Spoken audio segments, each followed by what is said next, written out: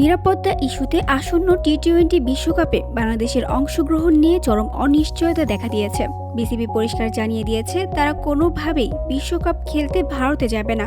শ্রীলঙ্কায় আয়োজন করার দাবিতে অনড় বিসিবি। এই নাটকীয় পরিস্থিতির মাঝেই টাইগারদের ম্যাচগুলোর আয়োজনে নতুন করে আগ্রহ প্রকাশ করেছে পাকিস্তান ক্রিকেট বোর্ড। দেশটির সংবাদ মাধ্যম সিও সুপারের এক প্রতিবেদনে পিসিবির এক কর্মকর্তার বরাতে এই তথ্য জানানো হয়েছে।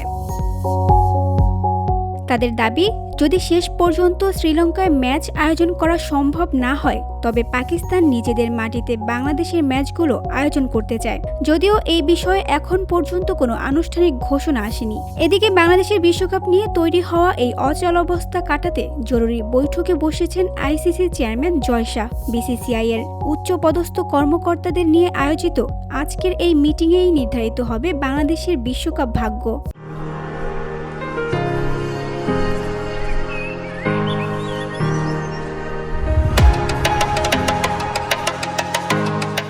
মূলত ক্রীড়া উপদেষ্টা আসিফ নজরুলের নির্দেশনায় বিসিবি আগেই আইসিসিকে ভেন্যু পরিবর্তনের জন্য চিঠি পাঠিয়েছিল। সেই চিঠির প্রেক্ষিতে এখন বিশ্ব ক্রিকেটের সর্বোচ্চ নিয়ন্ত্রক সংস্থা বিকল্প চিন্তা করছে। ভারতের সঙ্গে বিশ্বকাপের সহ আয়োজক হিসেবে কেবল শ্রীলঙ্কাই রয়েছে। ফলে ভারতের বাইরে কোনো ম্যাচ নিতে হলে সেটি শ্রীলঙ্কাতেই হওয়ার কথা। এমনকি ভারতের সঙ্গে রাজনৈতিক দ্বন্দ্বের কারণে পাকিস্তানকেও তাদের ম্যাচগুলো শ্রীলঙ্কার মাটিতেই খেলতে হবে। সেই হিসেবে বাংলাদেশের ম্যাচগুলো শেষ পর্যন্ত পাকিস্তানে হওয়ার সম্ভাবনা বেশ কম।